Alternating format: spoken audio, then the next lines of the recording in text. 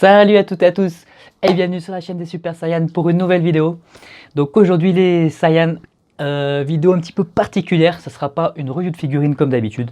Ça sera, vous l'aurez compris, donc ma critique, une critique du film Dragon Ball Super Broly. Donc vous l'aurez compris peut-être dans la miniature et dans le titre. Voilà, je n'ai pas apprécié le film, je le trouve limite très mauvais. Donc, et même parfois scandaleux sur certains points. Donc je vais essayer de vous expliquer ça dans une vidéo point par point, le plus objectivement possible. Voilà, je vais vous donner mon point de vue. Surtout qu'en plus du peu que j'ai pu voir, apparemment le film est plutôt apprécié dans la communauté Dragon Ball. J'entends parfois certains qui disent que c'est le meilleur film Dragon Ball qu'on a jamais vu, le plus puissant, le plus passionnant. Donc vous l'aurez compris, je suis en total désaccord, mais vraiment, je suis pas du tout d'accord avec ça. Donc voilà, je vais essayer de vous expliquer point par point pourquoi ce film est mauvais pour moi. En essayant de rendre la vidéo le plus intéressant possible pour vous. Avec des images, des petites vidéos, etc. Des comparaisons aussi avec l'ancien film. Pourquoi l'ancien film est selon moi meilleur sur beaucoup de points. Donc voilà, ça sera l'occasion aussi pour la chaîne un petit peu de se diversifier, de grandir avec une vidéo plus intéressante, voilà, que des revues de figurines. Donc j'espère que vous allez kiffer et je vais prendre beaucoup de plaisir à faire cette vidéo et à vous expliquer mon point de vue. Et c'est parti tout de suite pour la review. Voilà, donc on commence tout de suite le film. Il débute sans remise en contexte. On a en fait l'arrivée de Freezer. Freezer et son père, le roi Cold, qui viennent sur la planète Vegeta. Tout simplement le roi Cold vient pour présenter son fils voilà, au roi Vegeta et aux différents Saiyans. Donc là, voilà, c'est plutôt bien fait. On voit de nombreux personnages qu'on connaît, notamment le commando Gineux qui est là, qui fait petite apparition. On a du Zabon, du Doria, etc. Donc là, ça commence plutôt bien, c'est sympa. On a le roi Cold, voilà, qui annonce que son fils va reprendre son armée. Que Freezer va reprendre le commandement de l'univers. Et il présente donc Freezer aux différents Saiyans devant lui, et notamment le roi Vegeta. Et ce qui est plutôt cool à ce moment-là, c'est que on nous présente un Freezer, enfin le père de Freezer, le roi Cold, présente Freezer comme quelqu'un d'encore plus cruel et de plus mauvais, plus impitoyable que lui. Donc ça, franchement, j'ai plutôt kiffé, je trouve ça plutôt sympa. Et ça donne encore plus d'importance au personnage de Freezer. Il est encore plus maléfique que ce qu'on imaginait, plus maléfique que son père encore. Et donc ça, c'est parfaitement respecté. Pour l'instant, c'est un très bon point. Le film commence bien. Voilà, donc on a un roi Vegeta qui est voilà, qui se sent complètement soumis, impuissant par rapport à Freezer et au roi Cold. On sait que voilà, les Saiyans et le roi détestent Freezer, mais voilà, ils sont sous la coupe du tyran et ils sont obligés d'obéir tout simplement. Ils appartiennent à son armée et voilà, ils n'ont pas le choix. Donc on a un roi Vegeta qui est dégoûté, mais voilà, qui fait style de rien. Et on a Freezer qui apporte un petit cadeau, une petite technologie aux Saiyans. Il apporte les fameux Scouters. Donc c'est ces fameux dispositifs qui détectent l'énergie. Et donc il fait une démonstration en fait devant les Saiyans, comment ça fonctionne. Et le vilain Freezer découvre que le roi Vegeta a fait poster des gardes pour éventuellement, des snipers en fait, pour éventuellement tirer sur lui, son père, en cas de problème. Et il les élimine très très rapidement, il les détecte grâce aux Scouters et les élimine assez rapidement pour faire voilà, une démonstration en même temps de sa puissance et de la technologie. Et donc voilà, le Freezer, c'est parfaitement respecté, son personnage est respecté, il est profondément mauvais, il ne fait pas dans la dentelle, il élimine les ennemis et il montre sa supériorité. Et on a un roi Vegeta, voilà, qui se sent complètement soumis. Et donc là, c'est pareil, il n'y a rien à redire, c'est parfaitement respecté, c'est bien écrit, c'est bien fait, et c'est ça qu'on voulait voir. Donc le film commence sur de plutôt bonnes bases pour le moment. Voilà, donc vous l'avez vu, le film commence plutôt bien, on est tout de suite dans l'ambiance, c'est vraiment personnellement ce que je voulais voir, et franchement c'est plutôt cool. Néanmoins, j'ai quand même des choses à redire finalement, deux choses. La première, c'est le nouveau entre guillemets design de Freezer. Donc voilà, vous l'avez vu, c'est un Freezer plus jeune, et ils ont fait un espèce de Freezer rose qu'on avait vu dans les bandes annonces d'ailleurs. Donc c'est pas une surprise hein, pour ceux qui ont vu les bandes annonces avant le film. Mais il a ce côté un petit peu plus kawaii, un peu plus mignon, et ça me dérange un petit peu sur plusieurs points, parce que d'un côté ça lui donne un côté plus mignon, plus gentil, et donc sachant que c'est Freezer, hein, c'est quelqu'un qui a beaucoup de charisme et qui est vraiment cruel et mauvais, j'ai l'impression que ça diminue un peu l'impact du personnage. Après c'est du détail, hein, ça c'est vraiment plutôt subjectif. Et une chose, est-ce que c'était vraiment nécessaire d'ajouter cette nouvelle forme, entre guillemets, ces nouvelles couleurs, sachant qu'on a vu un Freezer sans armure quand il détruit son armure contre Vegeta sur Namek, contre Vegeta, Krillin et Sangohan. Voilà, on l'avait vu sans son armure, il n'est pas du tout rose au niveau de son corps. Donc là, moi j'ai trouvé ça un peu dérangeant, un peu trop kawaii, donc ça diminue, comme je disais, l'impact du personnage, et finalement pas très joli. Donc moi j'aurais préféré qu'il me donne voilà, le Freezer que je connaissais, qui est celui-là. Et bien ici mon petit Freezer, hop, je vais réussir à l'attraper, voilà c'est lui. C'est ce petit coquin de Frieza. Donc là il a l'armure, mais si son armure est enlevée, il est pas tout rose quoi. Donc voilà, je suis pas contre, mais voilà, je trouve que c'est un peu, c'est pas super. Ça apporte pas grand chose à part diminuer l'impact visuel du personnage. Et bien sûr, on imagine qu'ils ont fait ça aussi pour vendre des figurines, parce que voilà, il y en a déjà des figurines de ce Freezer, notamment les petites WCF que je mettrai en incrustation. Voilà, moi je trouve que c'est un peu abusé. Mais bon, c'est pas vraiment dérangeant, et sur le visuel, c'est plutôt subjectif, donc bon, c'est mon point de vue, c'est pas grave. Deuxième point aussi que je trouve un petit peu dommage, et donc là, bon, c'est encore subjectif, c'est par rapport à son attaque. Donc Freezer détruit donc les saillants qui sont les snipers que le roi Vegeta a mis sur les côtés pour en cas de problème. Il les détruit très rapidement avec un rayon de la mort. Enfin, j'imagine que c'est un rayon de la mort. Et le problème avec le film, c'est que c'est au niveau du son, au niveau du son de l'attaque. En fait, le son est pas du tout marquant, on sent pas la puissance. Donc je vais vous le mettre tout de suite pour que vous puissiez vous rendre compte. Écoutez bien, donc l'attaque que fait Freezer pour détruire les saillants. Voilà, vous avez entendu. Et maintenant, je vais vous mettre... voilà, je trouve qu'elle n'a pas vraiment d'impact. Et donc, je vais vous mettre maintenant une attaque, un rayon de la mort de Freezer à la sauce DBZ. Donc, qui pour moi est beaucoup plus impactant. Vous allez voir, c'est quand même autre chose. On écoute.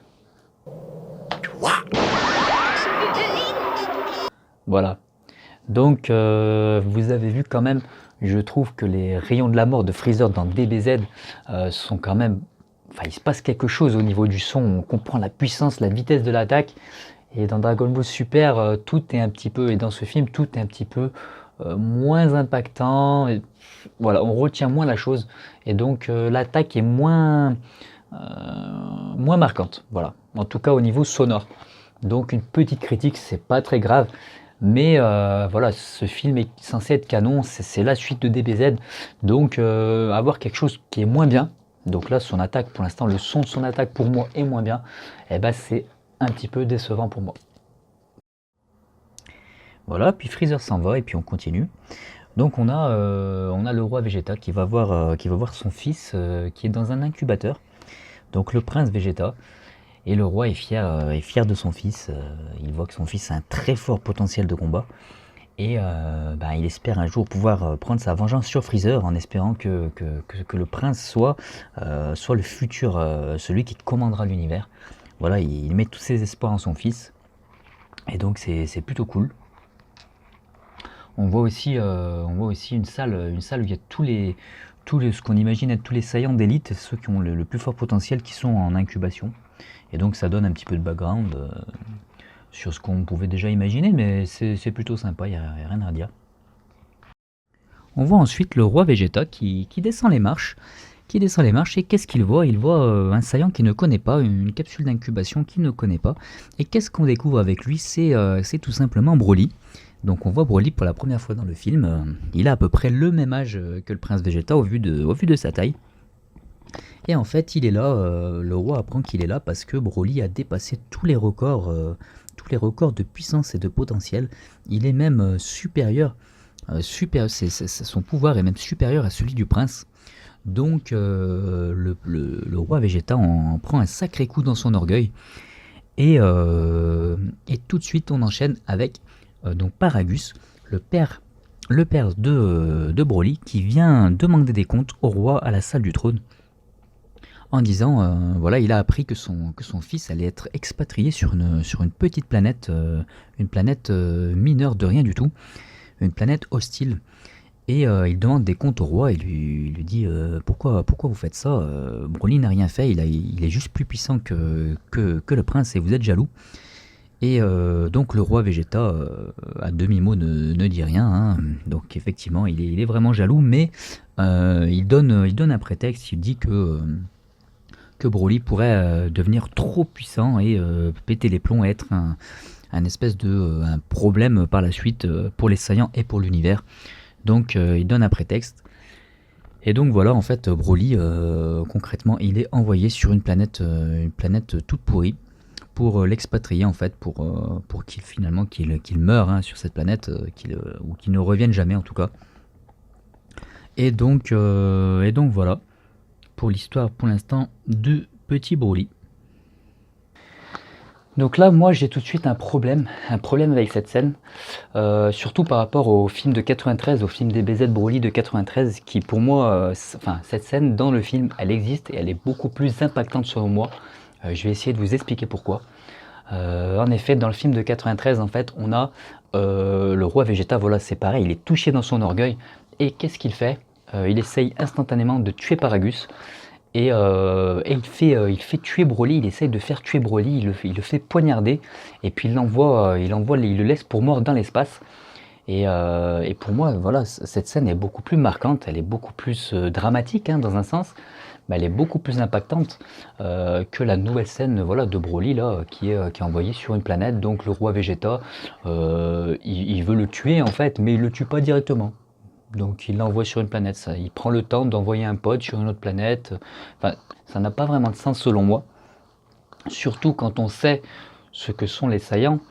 Je vais prendre un exemple, quand Raditz se présente et qu'il arrive sur la planète Terre, devant Goku, il se présente et il explique que le peuple Saiyan, ce sont des fiers guerriers. Voilà, c'est ce qu'il dit exactement, des fiers guerriers. Donc il commence par fier et ensuite guerrier. Donc on comprend, voilà. Donc, et puis en plus, quand on voit le caractère de Raditz, le caractère de Nappa, le caractère de Vegeta, c'est des gens qui sont durs. Ils sont durs, voilà, ils ont été élevés comme ça, et ça correspond à ce qu'est leur peuple. Sachant qu'ils ont, enfin, par exemple Raditz, il a eu un père, une mère, et il a été grandi, il a été éduqué à la Saiyan. Et il est très dur. Et donc, on a le roi Vegeta, qui lui, forcément, c'est un pur Saiyan, et s'il a le caractère en plus de son fils, il est censé être extrêmement dur aussi. Donc il aurait dû, voilà, comme dans le film de 93, qui était pour moi beaucoup plus cohérent, voilà, il fait tuer Broly, il fait tuer Paragus, voilà, on n'en parle plus. Ça correspond au caractère des Saiyans et du roi. Enfin, le caractère qu'il devrait avoir selon moi. Donc voilà, du coup on a une scène qui est selon moi beaucoup moins marquante, et donc ça fait chier. Surtout qu'en plus, je pense que c'est pour des mauvaises raisons. Je m'explique. Pour moi, c'est clairement de la censure en fait. Parce que voilà, aujourd'hui, on sait que Dragon Ball Super, c'est avant tout, c'est pour les enfants, c'est pour les très jeunes. Voilà, il n'y a pas de sang, etc. Et donc, on peut pas poignarder un enfant dans un dessin animé devant la caméra. On peut pas faire ça. Et donc, pour moi, ils ont modifié le scénario pour faire différemment, bien entendu, mais aussi voilà pour les mauvaises raisons, parce que c'est mal, parce que il faut que ça soit moins dramatique, il faut que ça soit plus gentillet. Et donc ça, pour moi, ça me fout les boules, voilà. C'est pour moi un gros coup de gueule, une grosse critique. Voilà, ça me fait chier. Tout simplement, ça reste un détail, hein. C'est une scène, voilà, une scène que peut-être vous avez appréciée, mais moi je trouve qu'elle était beaucoup mieux dans le film de 93, beaucoup plus marquante. En plus, sachant que voilà, Broly, voilà, il est laissé pour mort, on le poignarde et finalement il arrive à s'en sortir grâce à sa puissance, grâce à son énergie. Et donc ça donne un côté encore plus badass, hein, au personnage de Broly qui s'en sort. Et en même temps, on a de la compassion pour lui. On se dit, tiens, dès son plus jeune âge, on a essayé de le tuer, etc. Donc voilà, une scène qui est dans ce nouveau film beaucoup moins marquante. Et ça fait chier. On a donc par la suite Paragus qui part à la recherche de son fils. Donc directement, là, il casse une fenêtre au palais du roi Vegeta. Et il vole un vaisseau pour partir à la recherche de son fils sur la planète, la fameuse planète hostile Vampa. Et donc il arrive sur la planète en crachant son vaisseau. Et bien sûr, il jure qu'il prendra sa revanche sur le roi Vegeta. Voilà, il va essayer de faire de Broly l'être le plus puissant pour pouvoir un jour se venger du vil roi. Et donc là, c'est un petit peu long, pas forcément très intéressant, mais finalement, Paragus arrive à retrouver son fils Broly. Il est fier de voir qu'il a réussi à survivre 2 jours sur cette planète hostile sans lui. Et voilà pour l'instant. A noter que Paragus nous dit quelque chose d'assez notable, on va dire, pendant cette période. En fait, il voit que son fils, pour s'en sortir, s'est transformé en Ozaru. Et il nous apprend, nouveauté entre guillemets, que les Ozaru perdent toute notion de contrôle quand ils se transforment. Et que les Saiyans font ça en dernier recours.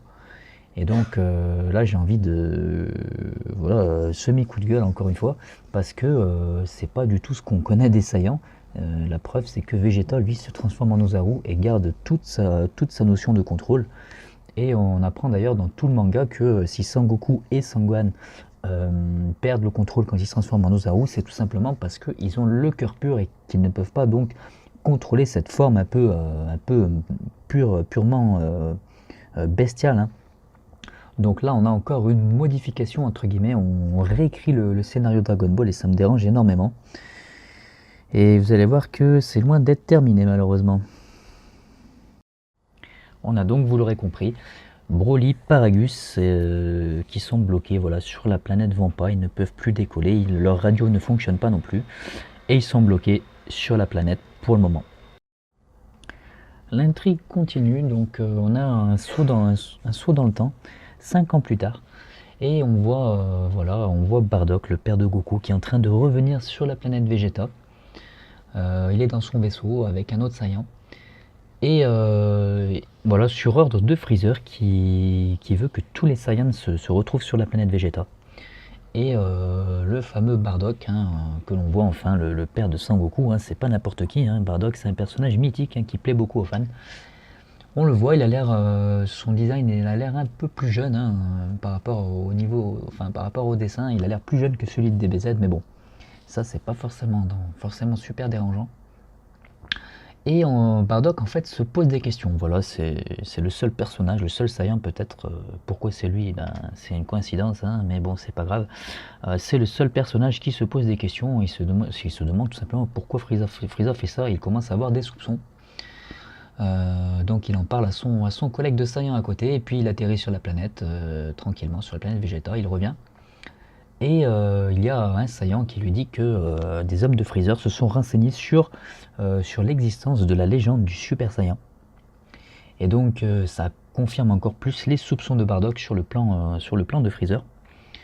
Et ce dernier, voilà, commence à vraiment être sûr de lui, hein, que Freezer est venu tout simplement pour exterminer le peuple Saiyan, car il n'aurait peut-être plus besoin d'eux. On voit ensuite donc Freezer dans son vaisseau qui prépare bien sûr son plan. Et bon, petite chose qui m'énerve, hein, on a regardé un petit peu sur cette photo l'armée de Freezer, hein. On voit derrière, il y a une femme un peu chelou, un personnage jaune qui a pas l'air très puissant, un rose, ils ont vraiment des têtes bizarres, ils ont l'air vraiment très très faibles, donc ça c'est... Voilà, l'armée de Freezer perd nettement en charisme, hein, et on dirait que c'est un peu, voilà, c'est des personnages encore tout mignons, tout kawaii, hein, pour plaire aux plus jeunes, et ça m'énerve. On dirait pas une grande armée, en tout cas. Et donc on a Freezer qui regarde la planète, qui est prêt à exécuter son plan. A noter que Freezer avec ses soldats nous parle du Super Saiyan, donc là tout va bien, mais ensuite dans la seconde qui suit, il nous parle du Super Saiyan God, comme faisant partie de la légende aussi. Donc là, bah, encore une fois, c'est un peu n'importe quoi, tout simplement parce que dans tout le manga, puisque voilà, ces événements se passent avant le manga, bien sûr, que l'on connaît tous, et dans tout le manga, on nous parle de la légende du Super Saiyan, ou du Super Saiyan légendaire. Voilà, on nous parle pas du God. Le God, à ce moment-là, il n'existe même pas, personne ne sait qu'il puisse exister. Et Freezer n'en parle absolument pas, donc ça n'a aucun sens de refoutre là un petit peu, nous refourguer du God pour que ça soit cohérent dans l'histoire, mais finalement c'est pas du tout cohérent avec le manga qui est canon. Donc voilà, on nous fout ça au chausse-pied, et franchement ça me fout les boules encore, parce que c'est incohérent et ça n'a rien à faire là. On enchaîne avec Bardock qui va donc retrouver sa femme, qui s'appelle Guinée. Donc personnage, voilà, c'est la mère de Goku, hein, on la voit enfin, elle est canon, voilà la fameuse mère de Goku que tout le monde peut-être avait envie de voir. Et donc Bardock lui demande, il est préoccupé, il lui demande où est Raditz. Et donc Guinée lui apprend que Raditz a été combattre avec le prince Vegeta sur une autre planète. Il lui demande enfin où est son deuxième fils, Kakaroto, hein, donc Sangoku bien entendu. Et elle lui dit que Son Goku Kakaroto est toujours dans sa capsule d'incubation qui est chez eux, hein, tout simplement. Donc Sangoku étant un guerrier enfin Kakaroto étant un guerrier ayant un faible potentiel, en fait on apprend que les Saiyans en faible potentiel sont chez eux, hein, tout simplement. Ils sont pas des guerriers d'élite, ils sont pas avec la salle du prince. Donc on voit Kakaroto dans sa capsule, le petit Sangoku endormi, en train de grandir. Et, et donc Bardock fait part à sa femme de ses craintes. Et il lui dit qu'il ira dès ce soir, enfin dès la nuit tombée, voler une capsule un vaisseau tout simplement. Et donc il lui apprend, Bardock apprend à sa femme que il veut sauver Goku parce qu'il craint que Freezer fasse quelque chose de très mal sur la planète. Et donc c'est ce qui se passe effectivement à la nuit tombée. On a nos deux protagonistes qui sont là avec leur capsule, qui sont prêts à envoyer Kakaroto sur une autre planète. Et c'est ce qu'ils font. On voit le petit Kakaroto un petit peu triste de partir sans ses parents. Ils sont prêts à l'envoyer sur la Terre. Ils nous disent à ce moment-là que la Terre c'est une planète tranquille avec des combattants, des terriens qui sont faibles et qui n'ont pas une technologie très développée, donc Freezer ne sera pas intéressé par la planète. Et bien sûr, on a un petit moment voilà, qui se veut être un moment d'émotion, hein. On voit nos deux personnages, Bardock et Guinée, qui vont laisser partir leur fils et qui sont émus. Et on a donc voilà, Kakaroto qui décolle dans sa capsule en direction de la Terre. Alors là, j'ai trois principaux problèmes qui me viennent. Il y a trois choses qui vont pas du tout selon moi. Je vais essayer de vous les expliquer en détail. Donc la première chose, c'est de ce qu'on peut voir, c'est le niveau technologique en fait. On a l'impression que les Saiyans là, de ce qu'on peut voir, hein, bien sûr, la scène n'est pas très longue, mais on a l'impression que les Saiyans vivent presque dans des huttes, que ce sont presque des Mongoliens qui ont pas de technologie, ils coupent la viande à la main. On a l'impression que voilà, on n'a pas l'impression d'un peuple qui ont de la technologie, qui ont du savoir. Et ça, bah, je trouve ça un peu regrettable. C'est pas l'image qu'on a des Saiyans. Surtout qu'on nous dit que voilà, on sait que depuis l'arrivée de Freezer, etc., voilà, les Saiyans sont technologiquement très élevés, hein, même supérieurs à la Terre.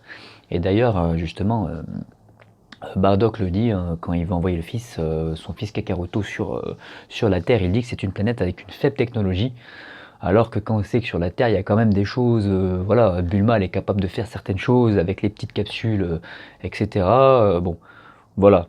Donc là, de ce qu'on voit, voilà, concrètement, les Saiyans n'ont pas l'air d'être plus évolués technologiquement que les Terriens. Et donc ça me dérange. Voilà, je trouve que c'est mal fait, il y a un problème de continuité, de logique. Donc ça, voilà, c'est un petit détail, hein, mais c'est un des détails qui me dérange.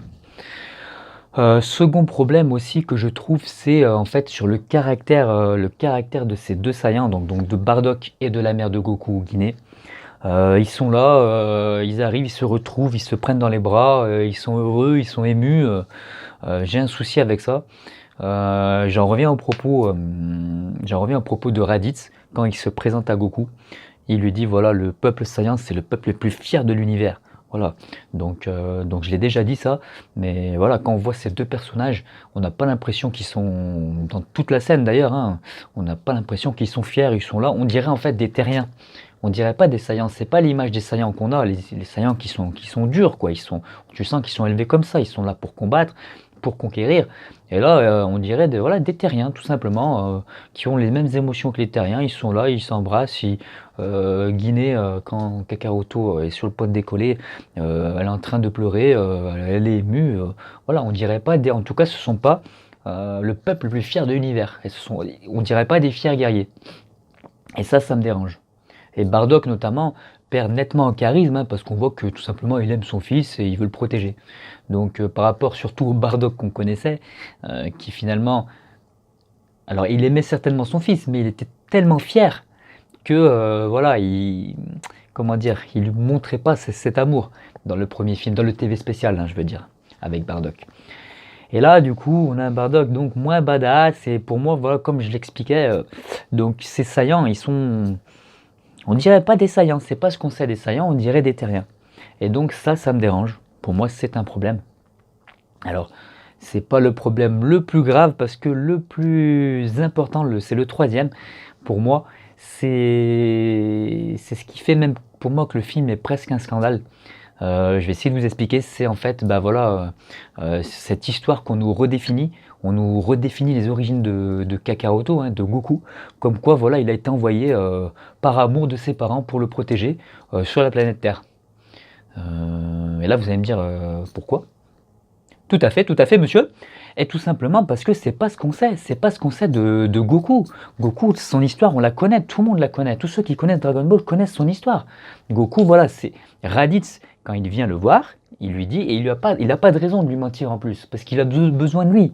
Il lui dit, tu es mon frère, j'ai besoin de toi pour conquérir une autre planète avec le prince Vegeta. Et ton histoire, c'est que tu as été envoyé sur la Terre pour exterminer tous les humains. Pour exterminer tous les humains et pour conquérir la planète. On le sait, c'est canon, c'est dans le manga. C'est comme ça, c'est l'histoire de Goku, c'est celle qu'on connaît et qui est géniale en plus, au final. Puisque Goku, voilà, il a été envoyé sur Terre pour exterminer tous les terriens et pour pouvoir vendre plus tard la planète. Et au final, ça devient voilà, le plus grand héros au cœur pur, en s'étant cogné la tête. Et il protège les terriens à la vie, à la mort. Et voilà, c'est l'histoire qu'on connaisse, elle est géniale. Voilà. Elle est excellente. Tout le monde, voilà, l'histoire de Goku, voilà, elle est marquante, elle est géniale. Et là, on nous redéfinit toutes les origines du héros. On tire un trait sur ce qui a été fait pour nous raconter quelque chose en plus qui est moins intéressant. Moins intéressant parce que elle est un peu moins dramatique. Là, c'était rigolo, entre guillemets, le fait que le personnage est envoyé sur Terre pour exterminer tout le monde, et au final, ça devient le protecteur, le bienfaiteur, le plus grand des héros. Et là, là c'est juste l'histoire de on l'a envoyé là voilà, parce que on a peur pour la planète, etc. Donc voilà, l'histoire qu'on nous raconte là, pour moi, elle n'a aucun sens, ça n'a rien à faire ici, ça trahit complètement ce qui a été fait avant. Voilà, elle est moins marquante. Enfin, je veux dire, à quoi ça sert? Qui a écrit ça? Akira Toriyama, qu'est-ce que tu fais? Pourquoi t'es pas capable de relire ton manga, de dire ah ouais ok d'accord j'ai fait ça, faire quelque chose de plus intéressant? Voilà. Ça n'a aucun sens. Ça n'a aucun sens, c'est limite de la trahison. Donc voilà, franchement ça me fout les boules, c'est ce qui me fout le plus les boules dans ce film. Voilà, l'origine de Goku, on me réécrit le héros que j'aime, que tout le monde aime, que tous les fans de Dragon Ball aiment. Qu'est-ce que c'est que ces conneries? Mais c'est de la connerie mon frère. Faut arrêter. Franchement ça pour moi voilà, c'est scandaleux. Donc ça me fout les boules. Donc là déjà à ce moment-là du film, je me suis dit c'est de la merde. Juste pour cette scène, hein. C'est de la merde. Ça n'a aucun sens. Ça ne sert à rien. Ça réécrit ce qui a été écrit en moins bien. Je veux dire, voilà, ça pue la merde. À savoir d'ailleurs que ce film-là, Dragon Ball Super Broly, il s'inspire, enfin non, même pas il s'inspire, il utilise ce qui a été fait par Akira Toriyama.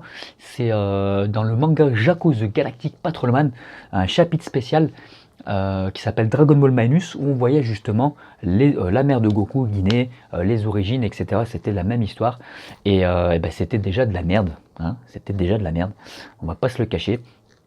Et voilà, donc ça réécrit l'histoire du héros, comme je le disais, ça n'a rien à voir, c'est n'importe quoi.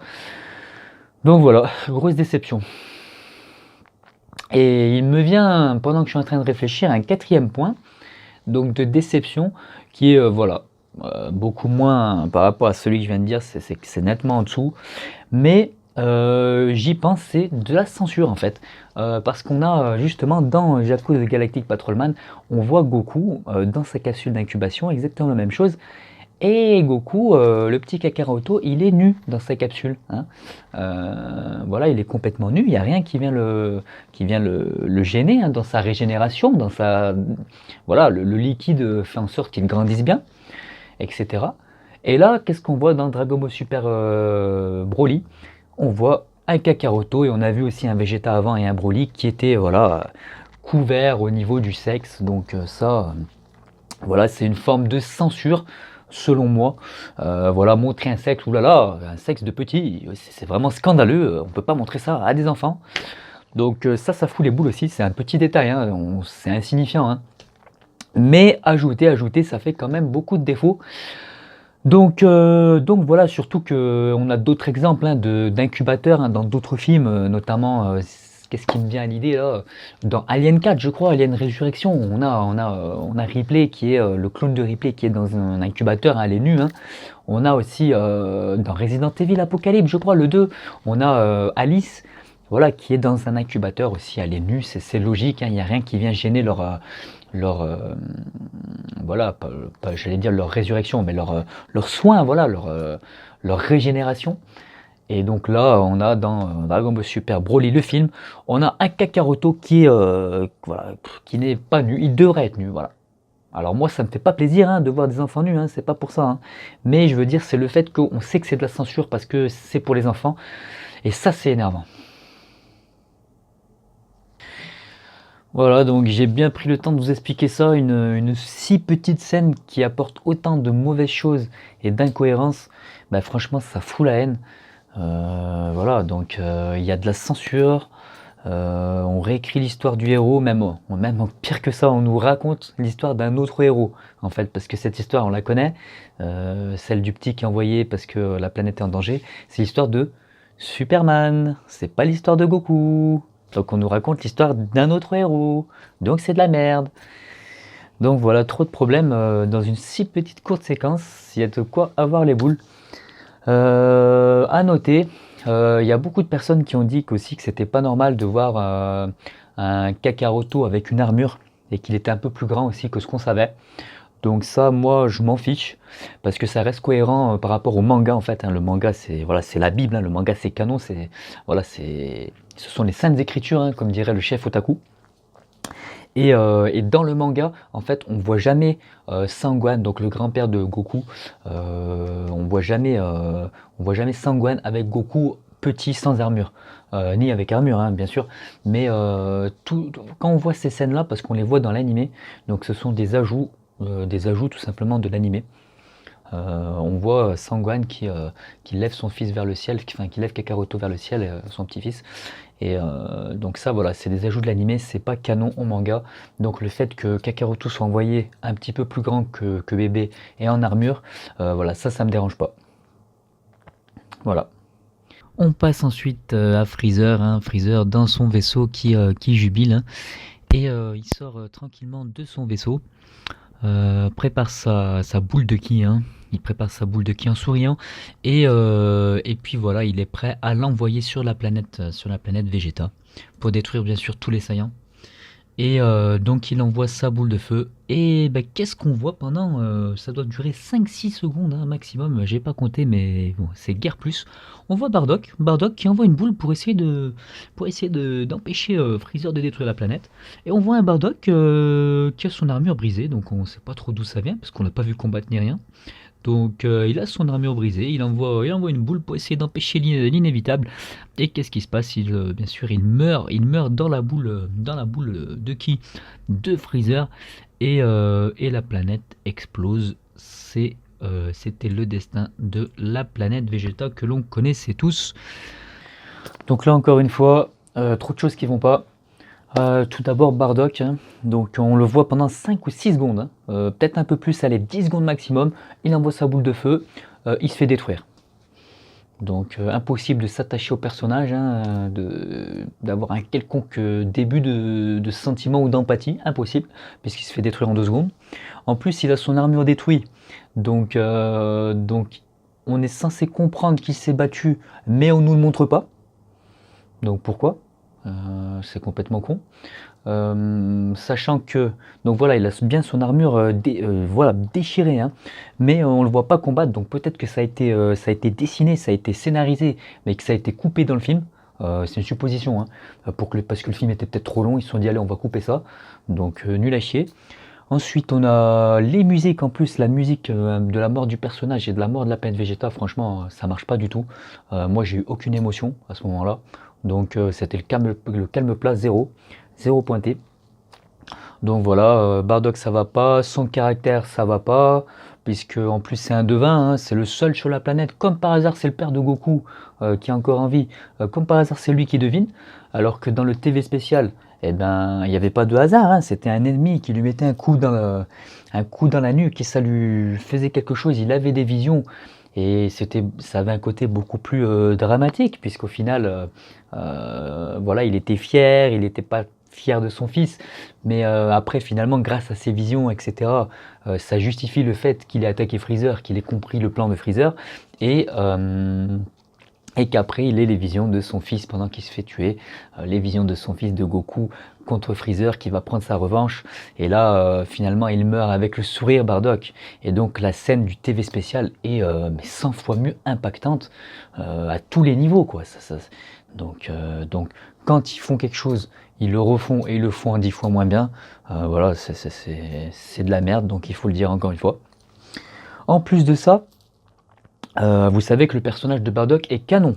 Il est canon depuis le départ, Bardock, parce qu'il apparaît dans le manga dans une case où on voit, donc la légende veut que Akira Toriyama, ayant vu le TV spécial, donc produit par Toei Animation, ait tellement aimé le TV spécial, il faut dire ce qu'il est génial, hein, est tellement aimé qu'il a ajouté Bardock au manga, donc dans une case, voilà, il a canonisé le personnage. Et donc, donc je vous mets l'image en incrustation. Et donc, en plus de cette scène qui est complètement pourrie, c'est-à-dire qu'il n'y a aucune cohérence. Parce que là, dans le manga, on a donc Bardock qui a un bandeau. Vous savez, il a son bandeau ensanglanté, du sang de ses amis, etc. Il saigne en plus, hein, on sent qu'il a combattu, etc. Et il a son armure, l'armure si distinctive, là, sans épaulettes. Et donc, dans le fameux film que tout le monde adore, hein, Dragon Ball Super Broly, on a un Bardock, voilà, donc il n'a pas la même armure, il n'a pas son bandeau, et en plus c'est censuré, il n'a pas de sang. Donc là, voilà, messieurs, je suis désolé, c'est de la grosse merde. Vous faites de la merde avec le personnage, vous ne le montrez même pas mourir, la musique est pourrie, c'est censuré, il n'y a aucune continuité avec le manga. C'est de la connerie!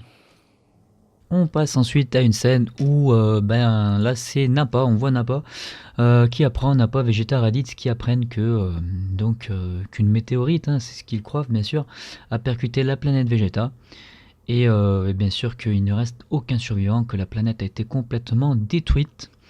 On a donc, on retrouve donc les Saiyans qu'on connaît, hein, les 3 Saiyans, Vegeta, Raditz et Nappa. Donc voilà, ils n'ont pas l'air super marqués par cette nouvelle. Et on a Nappa qui questionne Vegeta et lui demande tiens, est-ce que tu as un frère, toi, où est-ce qu'il est? On a Vegeta qui dit qu'il s'en fiche un petit peu, que oui, il a un frère. Et puis voilà, concrètement, on a aussi Nappa qui demande à Raditz s'il a un frère, et il lui dit oui, il a été envoyé voilà, sur une autre planète, nanana. Et voilà pour l'instant. Donc là, encore une fois, trop de choses qui vont pas dans une si petite scène. Première chose, donc on a vu une espèce de design pour Raditz et Vegeta. Ils sont petits là, je sais pas trop quel âge ils ont, hein, mais ils sont dégueulasses, ils sont trop mal dessinés, ils ont des grosses têtes en fait. On dirait une version SD, SD rigolote, Dragon Ball SD de ces 2 Saiyans. Ça n'a rien à voir, c'est moche quoi. C'est encore une façon peut-être de kawaiiser, hein. Ils sont un peu kawaii, hein. De les rendre gentillets, mignons. pour certainement vendre des figurines, hein. Il y en a déjà des petites WCF avec des Raditz comme ça, avec des grosses têtes. C'est dégueulasse, ça ressemble à rien. En plus des saiyans, des petits saiyans, on en a vu hein, dans Dragon Ball. Il y a Goku hein, déjà, il y a Gohan. Voilà, ils n'ont pas des grosses têtes, ils ont des têtes proportionnées par rapport à leur corps. Il y a Goten aussi. Et même dans le TV spécial Bardock, on voit Vegeta et il n'a pas une grosse tête, quoi. C'est un petit Saiyan, voilà. Donc là, cette façon de les rendre gentils et mignons, ça saoule. Et c'est moche. Et en plus, ce qui me fout le plus les boules, c'est que c'est adapté de Jackos the Galactic Patrolman, et on avait déjà, donc par Akira Toriyama, et on avait déjà du Raditz et du Vegeta avec des grosses têtes dégueulasses toutes rondes, et des traits tout ronds. Donc voilà, c'est moche. Voilà, là, faut arrêter. Deuxième chose qui va pas dans cette scène, donc on a Nappa, donc qui apprend grâce à son scooter que la planète a été détruite par une météorite, hein, planète Vegeta. Et qu'est-ce qu'on a à côté de Nappa? On a un Saiyan. Qu'est-ce qu'il fait là? Qu'est-ce qu'il fait là celui-là? Et encore pire, il y en a un deuxième à côté. Donc c'est-à-dire qu'il y a Nappa, Raditz, Vegeta et deux Saiyans. Donc qu'est-ce qu'ils font là ces deux Saiyans? On ne sait pas. C'est complètement incohérent. C'est complètement incohérent. On sait qu'il doit y avoir 4 Saiyans restants. C'est Raditz qui le dit encore une fois. Hein, c'est un peu, je le répète, mais Raditz dit quand il va voir Goku, il reste 4 Saiyans. Moi, toi, donc Goku, et deux autres qui sont Vegeta et Nappa. Point. Il n'y a pas deux autres Saiyans à côté. D'où ils sortent? Pourquoi ils sont là, eux? Qu'est-ce qu'ils font là? C'est incohérent. Ça n'a pas de sens.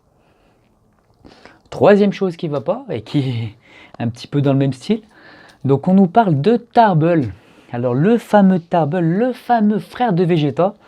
Donc incohérence encore, ça n'a aucun sens. Pire encore, vous allez rigoler parce que quand je vais vous dire un petit peu l'histoire de ce Tarble, là, rien qu'en parler, ça m'énerve. Donc, ce personnage Tarble, on nous le canonise dans le film Dragon Ball Super Broly, donc le frère de Vegeta. Hein. Donc, voilà, on nous le canonise. Sachant que, en fait, il n'est pas canon. Il n'est pas canon. Il provient d'un espèce de TV spécial pour les 40 ans du Weekly Shonen Jump. Ils ont fait un petit truc Dragon Ball avec le frère de Vegeta qui arrive. C'était complètement naze. Hein. C'est complètement oubliable. Il n'est absolument pas canon. D'ailleurs, à ce sujet, c'est encore plus incohérent parce que, alors, oui, dans le film qui s'appelait Dragon Ball Z Battle of God, rappelez-vous, on nous parlait déjà de ce Tarble. Donc, ils ont canonisé à ce moment-là. Puis dans l'animé Dragon Ball Super, donc qui reprenait les événements du film, on nous a enlevé Tarble, donc il n'était plus canon. On nous a dit qu'il n'était plus canon ce personnage. Et que c'était une erreur de... voilà, dans DBZ Battle of God, c'était une erreur qu'on parle de lui. Puis dans le manga, donc dessiné par Toyotaro, dans le manga Dragon Ball Super, on ne parle pas non plus de ce Tarble. Donc un coup il est canon, un coup il n'est pas canon, et là il revient canon. Donc on en reparle dans le film. À un moment... on demande juste un peu de cohérence. C'est pas possible d'avoir un peu de cohérence. Il n'y a pas quelqu'un qui relit le scénar, qui dit non, ça fonctionne pas, surtout que là on a déjà fait l'erreur avant. Un peu de cohérence. C'est pas. Je demande même pas un bon film, vous imaginez? Je demande déjà au minimum que le film soit cohérent, qu'il respecte ce qui a été fait. Et ben, c'est pas le cas. Déjà le film est nul, mais en plus il nous balance des incohérences à la gueule, il nous chie dessus, il chie à la gueule des fans, ça raconte n'importe quoi. Donc voilà. Vous allez me prendre sincèrement pour un troll. Il y en a beaucoup qui vont dire ouais, t'abuses, t'es un troll. Moi, ça me fait pas plaisir de ne pas aimer ce film. Moi, je demandais qu'une chose. Quand j'ai vu les trailers et tout, les premiers trailers, les premières images, j'étais super chaud. Je me suis dit, je vais passer un super moment. On me ramène du Broly, on me ramène du Bardock, on me parle de l'histoire des Saiyans, des origines. Voilà, je pensais que ça allait être le meilleur film Dragon Ball. Mais c'est de la daube. Mais à la limite, c'est de la daube. Pourquoi pas, mais en plus c'est même pas cohérent. Elle est où la cohérence là-dedans? On nous parle de Tarble, qui un coup il est canon, un coup il est pas canon. Mais on s'en bat les couilles, il y a 4 Saiyans. Il y a 4 Saiyans, Raditz le dit, il a pas de raison de mentir. Et Vegeta n'a pas de raison de lui mentir. Tarble n'existe pas, il lui dit j'ai pas de frère, voilà, on est 4. On est 4 Saiyans encore en vie. Et là il nous ramène du Tarble. De toute façon... Voilà, c'est incohérent et ce personnage ne peut pas être canon, ça ne peut pas rentrer dans l'histoire, ce n'est pas cohérent. On parle du prince Vegeta, le prince et unique prince Le roi Vegeta n'a pas deux fils. Voilà, c'est pas possible. Sinon, c'est plus le prince Vegeta. C'est le fils du roi. Un des fils du roi. Donc, de toute façon, ce personnage ne peut pas être canon. Même si Toriyama dit qu'il est canon, il peut pas. C'est complètement incohérent par rapport au manga et ce qui a été raconté. Il y a 4 saillants, point. Avec Broly, ça marche. Parce que c'est justifié dans l'histoire et ça fonctionne. On peut raccrocher les wagons. Que Broly, voilà, il a été envoyé, personne n'est au courant, il a été envoyé sur une autre planète, donc ça peut fonctionner. Mais Tarbell, non. Ce n'est pas possible que Vegeta ait un frère. Ce personnage ne peut pas exister, il ne peut pas être canon. Voilà. Et ils le savent parce qu'ils l'ont enlevé dans l'animé, ils l'enlèvent dans le manga, mais ils le remettent dans le film. Voilà, coup de gueule, encore une fois, coup de gueule. Il y en a marre là. On continue toujours dans la même scène avec encore un problème. C'est en fait notre petit Raditz qui nous dit, il dit tout simplement, il nous sort une phrase comme ça, il nous dit on a bien fait de pas revenir. On a bien fait de pas écouter Freezer, on a bien fait de pas revenir sur la planète Vegeta. Donc là, mais qu'est-ce que tu dis? Mais tout ça sort ça. C'est toujours pareil, ça n'a rien à faire là. L'histoire, on la connaît. Elle nous est racontée dans le manga. C'est tout simplement Dodoria au moment où il va se faire tuer par Vegeta sur la planète Namek. Donc Doria, il est là et il balance toute la vérité, il veut sauver sa peau, il comprend qu'il va mourir, qu'il va se faire exterminer. Et il dit à Vegeta, voilà Vegeta, on t'a menti depuis le départ, la planète Vegeta a été détruite par Freezer, c'est lui qui l'a détruit. Et voilà, Doria dit toute la vérité au sujet de Freezer.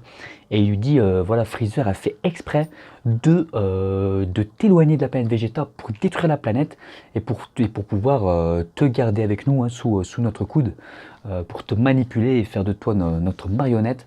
Parce que tu avais un fort potentiel, Freezer voulait te garder. Et donc là, Raditz nous raconte tout le contraire. Là. Il nous dit que c'est les Saiyans qui ont choisi de ne pas revenir. Donc ils ont juste eu de la chance ou... Ça n'a aucun sens, encore une fois, c'est complètement incohérent.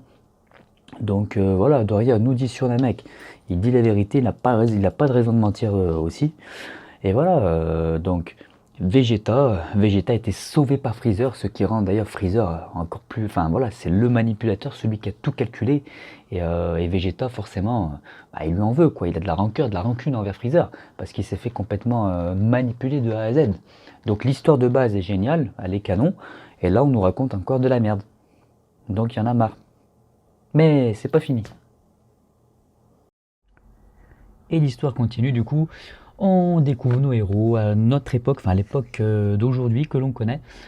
On a Goku et Vegeta qui s'entraînent comme d'habitude. Hein. Ils kiffent s'entraîner et ils sont à l'écart, presque en vacances, hein, avec Yab Bulma aussi. Hein. Ils sont dans une belle journée ensoleillée.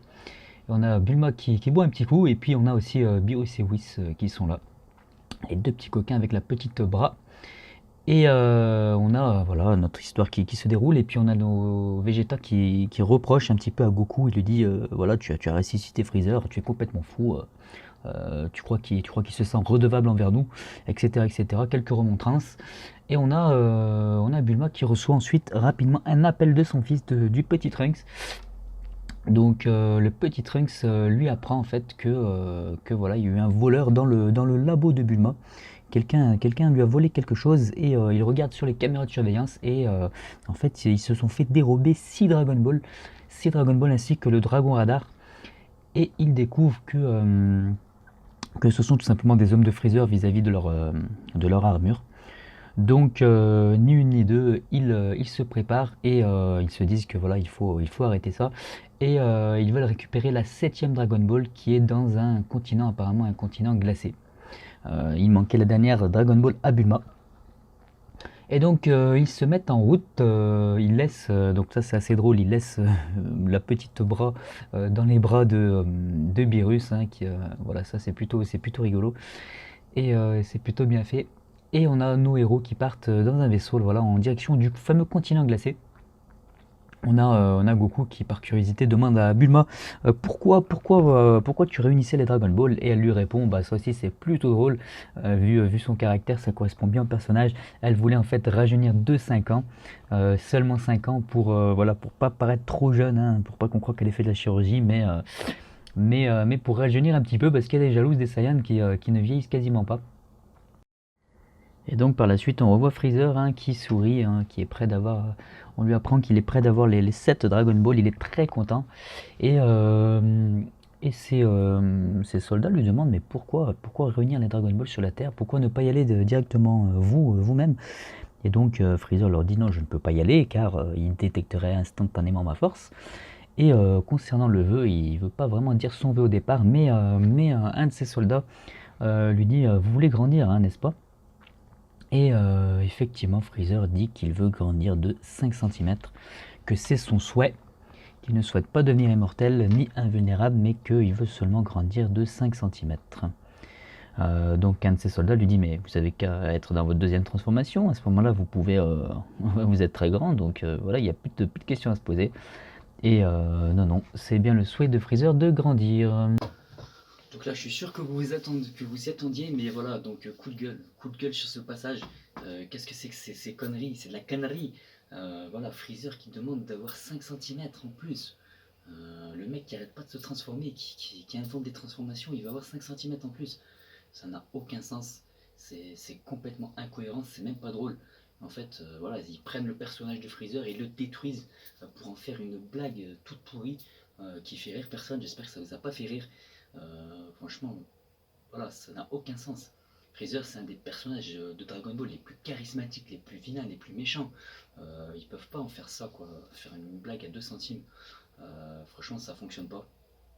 Surtout qu'en plus, il est connu au-delà de Dragon Ball. Hein, c'est un des personnages de la pop culture les plus connus, voilà, les plus méchants, les plus badass. Donc là, ils peuvent pas faire ça, quoi. Ça n'a pas de sens. Pour moi, c'est de la trahison à ce niveau-là. Surtout qu'en plus, ce qui m'énerve le plus finalement dans cette histoire, au-delà du film, c'est qu'il y en a certains qui justifient ça, certains youtubeurs, certains influenceurs qui justifient cette blague, hein, qui disent que c'est l'humour à la japonaise, notez bien les guillemets, et qui disent que voilà, nous on peut pas comprendre les occidentaux parce que c'est pour les japonais, c'est une blague à la japonaise. Moi j'ai envie de dire, je peux pas y croire. Voilà, je pense que les japonais sont pas idiots, ils sont pas cons, ils savent que c'est un personnage charismatique, qu'on peut pas le détruire avec des blagues. On peut pas faire ça dans Dragon Ball, qui est une histoire quand même au fur et à mesure qui était vraiment sérieuse enfin, dans sa période Dragon Ball Z. Et donc là, l'humour à la japonaise, non, je peux pas entendre ça. Voilà, les japonais sont pas idiots pour moi, faut arrêter de les prendre pour des cons. On prend tout le monde pour des cons, on prend les japonais pour des cons, les occidentaux pour des cons. Voilà, faut arrêter quoi. Surtout qu'en plus Dragon Ball c'est une œuvre globale maintenant, c'est pas que japonais centrique, c'est dans le monde entier, en Europe, en France, voilà, aux States, Dragon Ball ça fonctionne. Donc il faut arrêter avec l'humour à japonaise quoi, ça marche pas du tout, ça fait rire personne, et ça détruit le personnage que tout le monde aime, que tout le monde kiffe, donc voilà, coup de gueule. C'est reparti, on découvre deux nouveaux personnages qui sont dans l'espace. Ce sont en fait deux soldats de l'armée de Freezer qui sont à la recherche de nouvelles recrues pour l'armée de Freezer qui est en reconstruction, hein. D'ailleurs, bah voilà un vœu que Freezer aurait pu faire, hein, récupérer une puissante armée ou l'armée qu'il avait avant, mais bon, il préfère gagner 5 cm. Mais passons. Donc ces deux personnages, voilà, ils sont à la recherche de nouvelles recrues. Une jeune fille, voilà, ils sont assez mignons, hein, moi j'aime plutôt bien leur design. Une jeune fille appelée Shelai apparemment, et l'autre, je n'ai pas retenu son prénom, mais bon, on s'en fout un petit peu. Puis il découvre un signal de détresse provenant d'une planète lointaine, et donc ils s'y rendent, et qu'est-ce qu'il voit? En fait, bien, c'est la planète de Broly, hein, de Broly, de son père et de Paragus. Paragus voit arriver ce vaisseau, il est plein d'espoir. Il se rend à leur rencontre et il leur dit voilà, je suis Paragus, un saillant appartenant à la puissante force de Freezer. Et, euh, et donc Chelai est impressionné par la force de Paragus. Et on découvre enfin aussi Broly qui arrive. Paragus appelle Broly, Broly est là. On découvre un Broly grand, un Broly normal, hein. Il a quelques cicatrices sur le visage et il est tout de suite très puissant. Tout le monde comprend qu'il est très puissant. Et donc, nos chers soldats de Freezer vont récupérer donc voilà les deux saillants sur leur vaisseau et ils vont présenter ces deux saillants à Freezer, tout simplement. Donc, Paragus et Broly sont présentés à Freezer. Freezer a l'air très content d'avoir trouvé deux nouvelles recrues qu'il va pouvoir utiliser, hein, manipuler, hein, et deux saillants.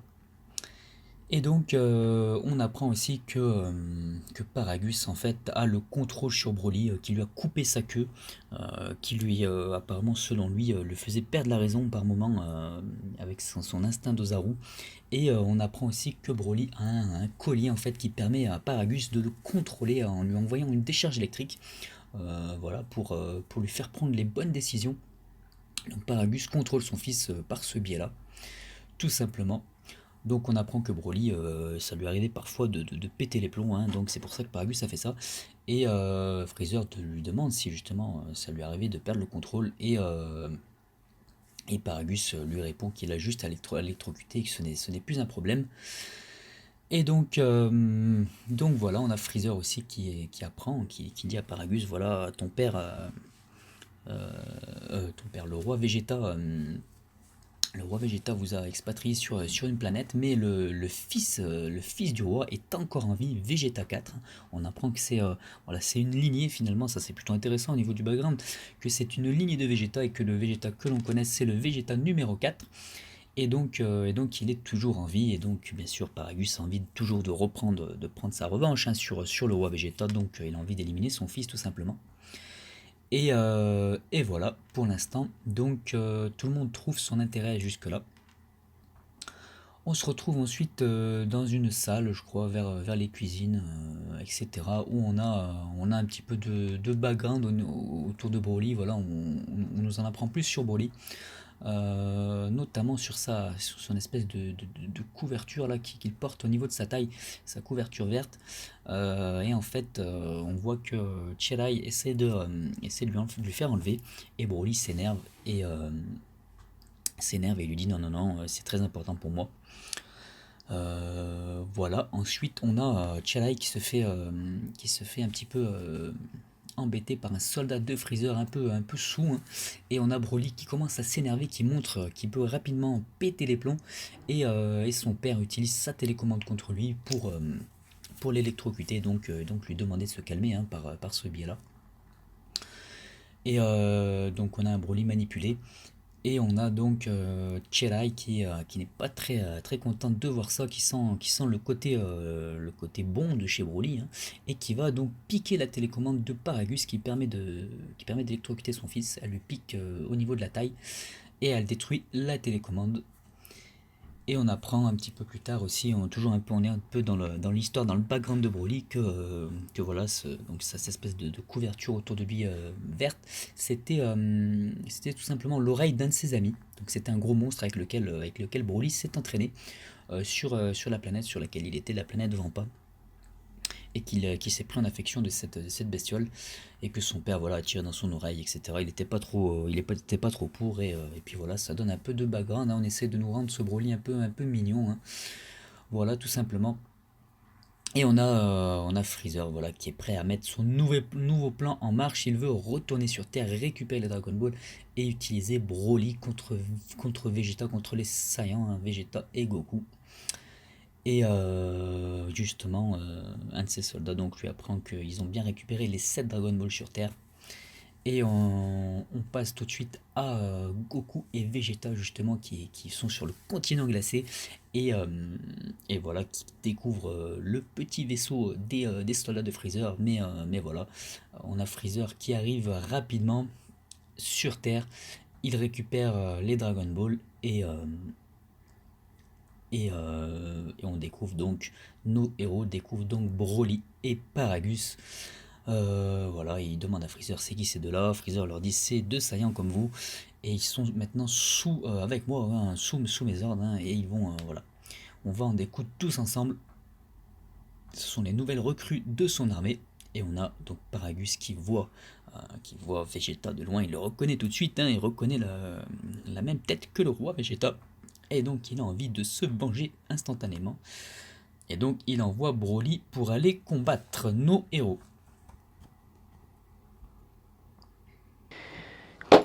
Alors du coup, j'ai encore pas mal de choses à redire donc sur cette scène, voilà, sur ce qui vient de se passer. Tout d'abord Broly, voilà, Broly le personnage principal, hein, le film s'appelle Dragon Ball Super Broly.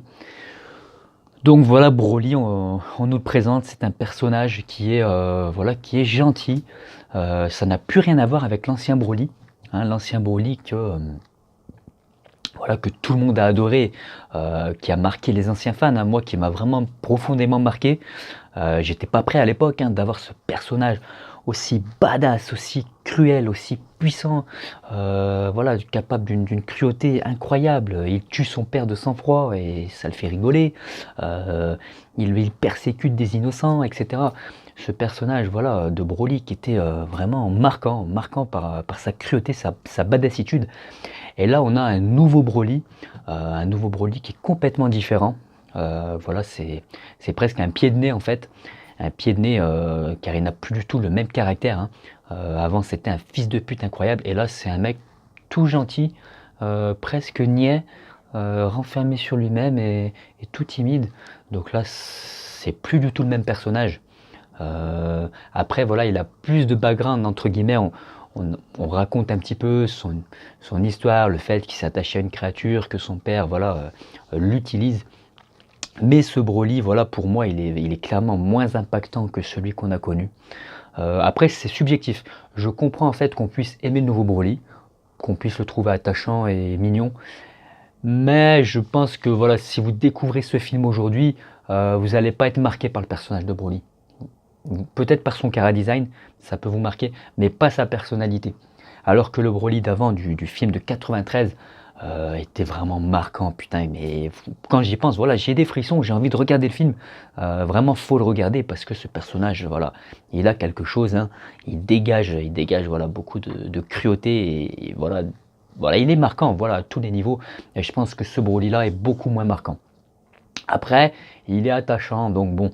En fait, je suis pas contre le fait qu'ils aient fait de Broly un gentil, en fait. Je suis pas contre. On sait que Toriyama, il aime bien surprendre un peu les gens, voilà. Euh, donc voilà, ils en ont fait un gentil. Et pourquoi pas à la limite. Mais par contre, il y a quelque chose qui me dérange profondément. Donc là, je vous spoil un petit peu parce on nous l'apprend plus tard dans le film. Mais en fait, Broly, voilà, on voit qu'il est gentil, qu'il est très gentil. Et en fait, même plus que gentil, en fait, ça serait un Saiyan au cœur pur. Donc là, voilà, par contre, je suis pas du tout d'accord. Je suis pas contre que ça soit un gentil, mais un Saiyan au cœur pur, faut pas exagérer. Voilà, on sait ce que c'est que les Saiyans, c'est des mecs qui sont durs, qui sont parfois cruels.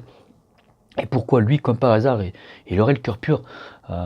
Et surtout, en fait, pour moi, ça diminue même l'impact de Goku.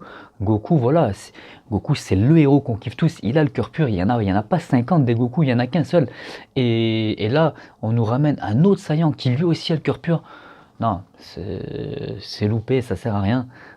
Des personnages gentils, voilà, ils auraient pu faire un gentil tout simplement, mais qui n'a pas le cœur pur.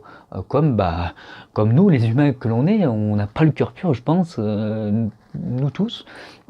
Comme tous les gentils de Dragon Ball, Piccolo, Krillin, Bulma, ce sont des gentils, Yamcha, etc. Mais ils n'ont pas le cœur pur comme Goku. Goku, voilà, c'est la pureté, c'est le héros incroyable. Et là, on nous ramène un autre personnage avec le cœur pur, du coup, voilà, ça nous diminue l'impact de Goku encore. On tire dans les pattes de notre Goku. Voilà, pour moi, ça c'est trop, c'est vraiment dommage. Donc voilà, un Broly qui va moins marquer, qui est moins impactant à tous les niveaux. Après, voilà, ça c'est subjectif. Donc voilà pour Broly. Après, j'ai un problème aussi avec Paragus, en fait, avec son père. Son père, voilà, qui utilise Broly. Voilà, il lui met son collier là autour du cou pour le manipuler. En fait, quand il a un problème, il l'électrocute. Et en fait, ça n'a pas vraiment de sens au final. Parce que ce Broly, de tout ce qu'on voit de lui, de tout ce qui dégage, il est gentil. Il est gentil. En fait, Paragus, il devrait dire, écoute mon fils, voilà ton histoire. On t'a envoyé sur cette planète parce que le roi Vegeta était jaloux de toi et de ta puissance. Je t'explique mon plan, et je vais faire de toi le numéro 1 et on va se venger. Pourquoi il lui explique pas tout simplement son plan plutôt que le manipuler et ne pas lui expliquer et le prendre pour un Mongolien? Voilà, ça n'a pas vraiment de sens. Ça n'a pas vraiment de sens. Et là, vous allez me dire, oui, mais dans le film de 93, c'était pareil. Non, non, c'était pas pareil parce qu'on voyait vraiment Broly dans sa jeunesse, qui commençait déjà à avoir des crises de démence, à devenir complètement fou, à avoir envie de détruire et de prendre plaisir dans la destruction. Ça n'avait rien à voir, on voyait qu'il devenait complètement dément, et donc ça justifiait que son père, voilà, pour le calmer et pour l'utiliser hein, comme une marionnette, qu'il construise donc un dispositif pour le manipuler. Voilà. Donc ça n'a pas vraiment de sens dans ce nouveau film, ce Broly, voilà, comme je disais, il est gentil. Pourquoi ne pas lui expliquer son plan? Voilà. Après, c'est mon avis. Aussi par rapport à ça, on a donc cette espèce de collier, voilà. Ça, franchement, en fait, il récupère l'idée du film de 93, mais en moins bien, en moins marquant. Qu'est-ce que c'est que ce collier pour chien là? Quoi, Broly, il l'électrocute avec un collier pour chien, comme si c'était voilà, un clébard qu'on demande de ne pas aboyer, hop, ça lui envoie une décharge avec une télécommande. Voilà, ça n'a aucun sens. C'est complètement pourri ça par contre. C'est vraiment naze. Déjà, le collier au niveau design, c'est moche. On dirait vraiment un truc de clébard, quoi. Ensuite, déjà, comment il a fait pour construire sur sa planète où il n'y a aucune technologie, là, sa planète reculée, là. Il avait les matériaux dans son cul, là. Il a sorti les matériaux de son cul pour construire le collier. Comment il a fait pour construire ça? Déjà d'une. Ensuite, ce collier en espèce de ferraille, là, pourquoi Broly ne le casse pas? Puisqu'il a une force démesurée. C'est un matériau, quoi, incassable. Et en plus, quoi, ce collier, il envoie quoi? Des millions de volts? Ça n'a aucun sens. Voilà, c'est complètement pourri, comparé surtout à ce qui a été fait avant. Donc on avait un Broly qui avait un magnifique bijou, voilà, sur la tête, sur le front, et qui pouvait le manipuler mentalement, lui faire diminuer son ki et le faire se calmer en fait. C'était pas juste une décharge électrique, c'était beaucoup plus que ça, beaucoup plus intéressant et beaucoup plus malaisant en fait. Voilà, son père vraiment le manipulait à tous les niveaux, même au niveau mental. Voilà, et en plus, ça correspond avec ce qu'on sait des Saiyans qui sont sous la coupe de Freezer, qui ont une technologie plus avancée. Et là, on avait une espèce de bijou technologique. C'est en même temps design et voilà, ça a l'air d'être une technologie avancée, tout simplement. Avec la télécommande aussi au niveau du père, qui est un bijou qu'il met sur sa main. C'est pas une bête télécommande avec un bouton là. Voilà, c'est une espèce de bijou bien intégré à sa main. Voilà, ça semble être une technologie avancée. Donc voilà, ce qui a été fait dans le film de 93, c'était badass, c'était plus intéressant, c'était plus joli à voir au niveau design, hein, ça s'intégrait parfaitement sur le front de Broly. Et là, Broly a un collier pour chien. Voilà. Donc il récupère l'idée et il faut encore moins bien. Donc c'est pas la première fois que c'est ça dans ce film. Donc franchement, c'est pas un coup de gueule, mais bordel, putain, au moins reprenez la même idée, au moins, je sais pas. Est-ce que là, franchement, c'est pourri? Voilà, donc j'ai d'autres soucis que j'ai notés sur une petite feuille parce que ça fait beaucoup. Oui, c'est par rapport à Freezer. Freezer, tout simplement. Bon, là, c'est un petit détail, c'est moins important. Mais Freezer, il découvre qu'il reste 2 Saiyans encore en vie. Et le mec, ça lui pose aucun problème. Et ouais, ça va les potes, je vous prends dans mon armée, allez, venez. Normalement, oui, il les prend dans son armée pour les manipuler et pour les utiliser. Oui, ça c'est respecté. Mais il devrait au moins avoir une réaction et dire putain, je pensais avoir buté tous les Saiyans. J'ai déjà Vegeta, Goku qui sont encore en vie et ils ont des descendants. Et en plus, j'en ai encore 2 autres. J'ai loupé mon coup. Je vais les exterminer. Voilà, parce que Freezer, c'est un génocidaire. Hein. Et donc, ça ne lui pose pas de problème. On aurait dû au moins, selon moi, avoir une réaction de Freezer voilà, qui serait dégoûté de voir 2 Saiyans encore en vie. Voilà. Donc voilà par rapport à Freezer. Et donc le plan de... Voilà, ça fait quand même pas mal de choses pour moi qui déconnent encore.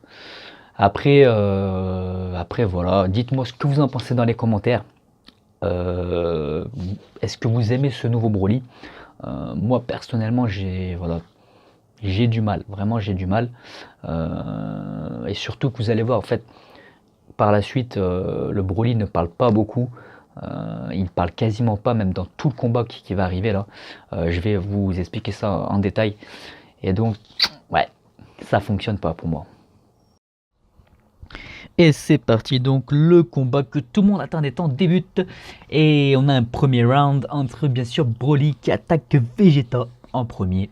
On a un combat entre les deux personnages qui commence. Et on a Vegeta rapidement on a un Broly qui apprend très vite.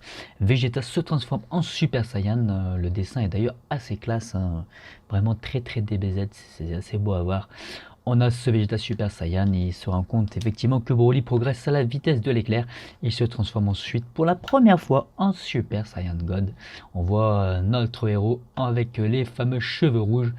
Et qu'est-ce qui se passe? Broly galère, puis Broly va lui aussi se transformer dans une nouvelle forme.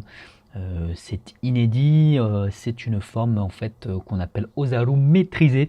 En fait, Broly maîtrise la puissance de l'Ozaru sans se transformer tout simplement. Donc c'est une nouvelle forme. Il a les yeux jaunes et les cheveux un petit peu relevés. C'est son père Paragus qui nous décrit cette nouvelle forme.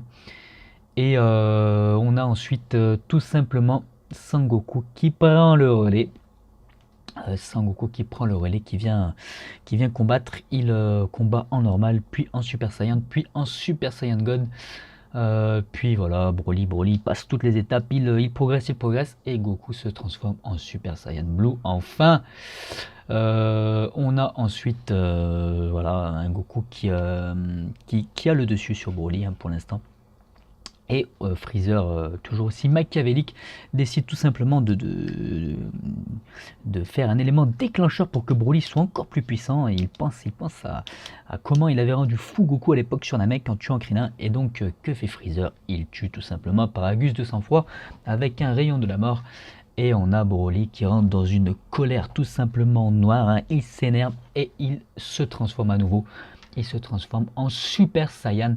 Il a Super Saiyan simple, hein. Il a les cheveux jaunes.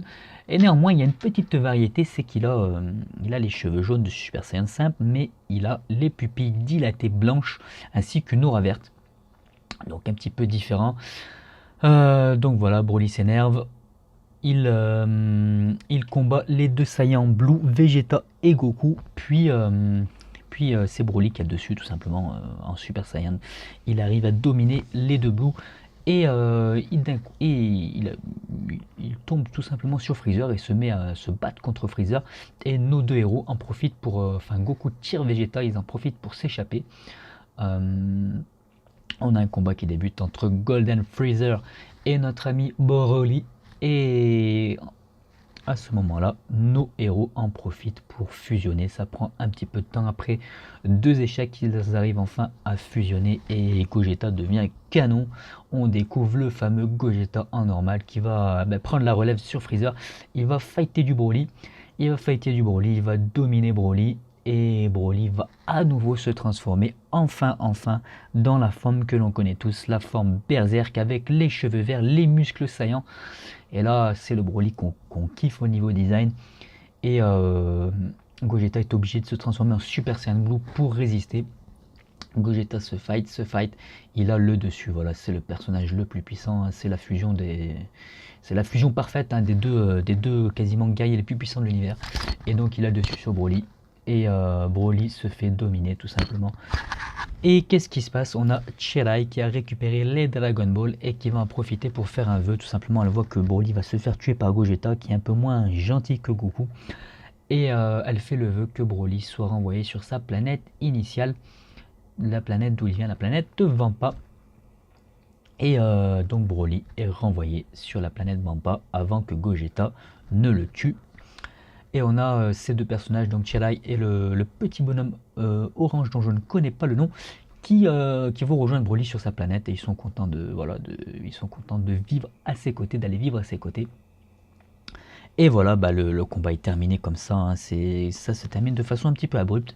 Et on retrouve notre plus grand héros Goku qui va se rendre sur la planète de Broly pour lui dire allez, de temps en temps on se fait un petit fight et puis c'est la fin du film. Allez, on est reparti pour ma dernière intervention avant la conclusion.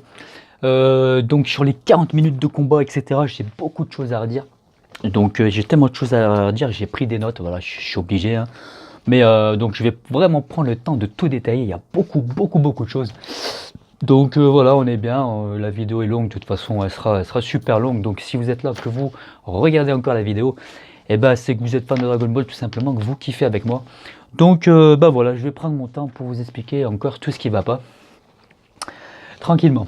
Alors, première chose dans mes petites notes.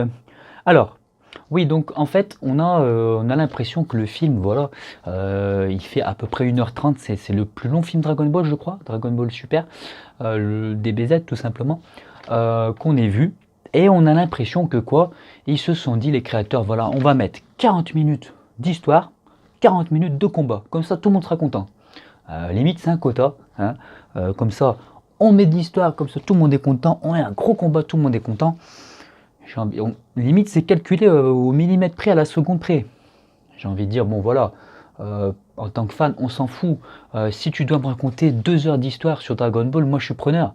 Sur l'origine des Saiyans, sur Bardock, sur Broly, ça m'intéresse. Raconte-moi 2 heures d'histoire. Si tu dois mettre 2 heures de combat, mets-moi 2 heures de combat. Calcule pas exactement pour contenter tout le monde, parce que finalement ça contente personne. C'est ça le problème. Donc voilà, on a l'impression vraiment ils ont pris la règle pour calculer pile poil. Voilà, voilà, le combat globalement il est très long, il est trop long. On aurait aimé un peu plus de background, encore un peu plus d'histoire. Bref, tout ça pour dire. Donc voilà, donc ils ont voulu contenter tout le monde. Bon, de mon point de vue, ils ont contenté personne. Ensuite, ce qui m'amène à dire que voilà, ce film globalement, on sent que c'est un projet de commande. C'est vraiment une commande. Toei Animation a appelé Akira Toriyama, ils lui ont dit hey, s'il te plaît Akira, Dieu vivant, voilà, fais-nous un film, ramène-nous Broly, les gens aiment Broly, voilà, ramène-nous-le, et puis fais-nous une histoire autour de ça. Donc c'est vraiment, ouais, voilà, un projet de commande. Il n'y a pas vraiment d'innovation, il n'y a pas vraiment de choses nouvelles. On nous raconte rien finalement. Voilà, c'est censé contenter les fans. Contenter les fans parce que les fans qui kiffent Broly, qui connaissent DBZ, qui kiffent Broly, Bardock, etc. et Freezer. Et aussi contenter les nouveaux parce que ça a tout de Dragon Ball Super, c'est-à-dire voilà, c'est moins impactant, c'est plus censuré, c'est plus rapide, etc. Et au final, bah, ça a vraiment le cul entre deux chaises parce que ça fait pas aussi bien que ce que ça faisait avant. Et, et voilà, ça contente, à mon avis, ni les nouveaux qui voient un film moyen, voire mauvais, ni les anciens qui voient beaucoup de trahison. Donc voilà, ils ont voulu contenter tout le monde. Pour moi, bah voilà, ça marche pas encore une fois. Donc voilà, ouais, donc dans le projet de commande, ils nous ramènent du Broly, du Bardock, des transformations. On a l'impression que c'est vraiment le cahier des charges. Alors vous mettez un max de transfo, tac tac tac, on coche, on met des croix, max de transfo, du Broly, du Bardock, du Saiyan, tac tac tac. Et il y avait le potentiel de faire un film génial. Et ils avaient de l'or dans les mains en tout cas, à la base. Mais bon, voilà. Donc tout ça pour dire qu'au final, donc Toriyama a fait revenir Broly, hein, vous l'avez vu, et que pour moi, bien sûr, eh ben finalement par rapport à ce qu'on a vu avant, ce Broly est vraiment beaucoup moins charismatique. Voilà, on le retient beaucoup moins parce que voilà, il est tout timide, voilà, il est moins intéressant selon moi. Mais par contre, ce qui est exceptionnel avec ce Broly à la base, c'est son chara design. Son chara design, celui qu'on a tous aimé, c'est ça. Hein. Il est là. Vous voyez ce personnage. Donc ça c'est Broly. Ça c'est vraiment Broly, ce mec. Voilà, tu le regardes comme ça, tu dis putain, il pue la classe. Il pue la classe, le mec, il est hyper balèze, il a des cheveux de ouf, il a les cheveux verts, qu'est-ce qu'il y a? Il est où le problème, mon poste? Le mec, il pue la classe. Donc, le personnage Broly fonctionne encore grâce à son chara design exceptionnel. Et ça, heureusement, ils l'ont conservé. Ils l'ont légèrement modifié, mais ils l'ont conservé. Donc ça, c'est cool.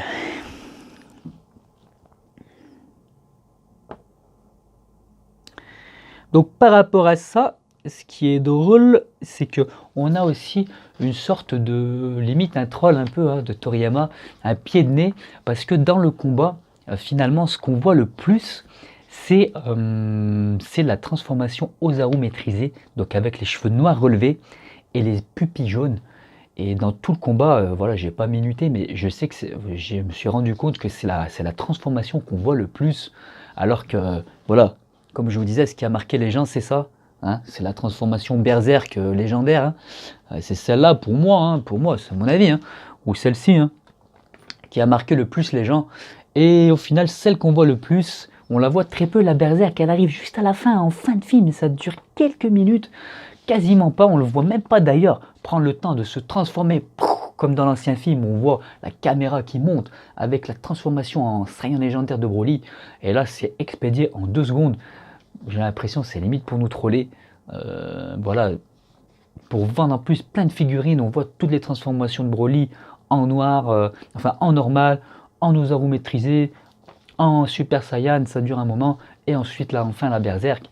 Voilà, je veux bien qu'ils veulent vendre des figurines, mais franchement là c'est limite un peu trop gros. À quoi elle sert cette transformation Ozaru maîtrisée, sachant qu'elle est plus faible qu'une transformation Super Saiyan? Ils ont enfin tenté quelque chose de nouveau, mais j'ai l'impression que c'est pour les mauvaises raisons. C'est plus pour vendre des figurines que pour raconter quelque chose ou montrer un design intéressant. Donc ça me gêne un petit peu. Et comme je dis, le fait qu'on est presque trollé parce que ce qu'on kiffe chez Broly, c'est cette transformation de ouf qui nous marque visuellement avec un cara design exceptionnel.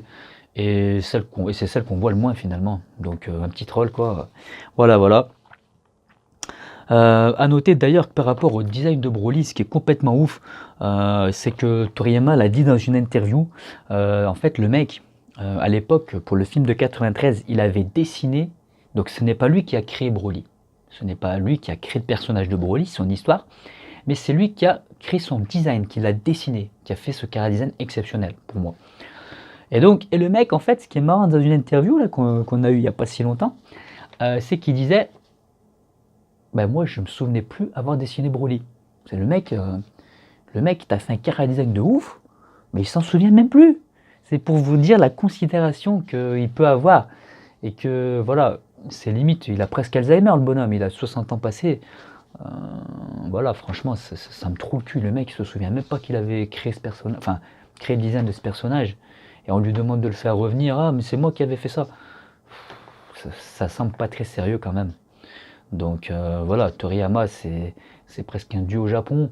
Moi, son œuvre, j'estime qu'elle est exceptionnelle, c'est-à-dire les 42 tomes de Dragon Ball, les 34 tomes de la Perfect Edition et l'adaptation animée de son œuvre, voilà, c'est génial.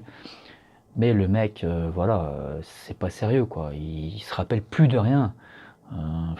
Voilà, quoi. Que dire de plus que ça? C'est un truc de ouf, c'est un truc de ouf. Donc voilà, ensuite on a en tant que problème, ce que j'ai noté, c'est qu'aussi dans le combat, on a un Broly, il parlait pas beaucoup avant, hein, dans les scènes que je vous ai décrites avant, mais là il parle pas du tout en fait. Il parle pas du tout le bonhomme.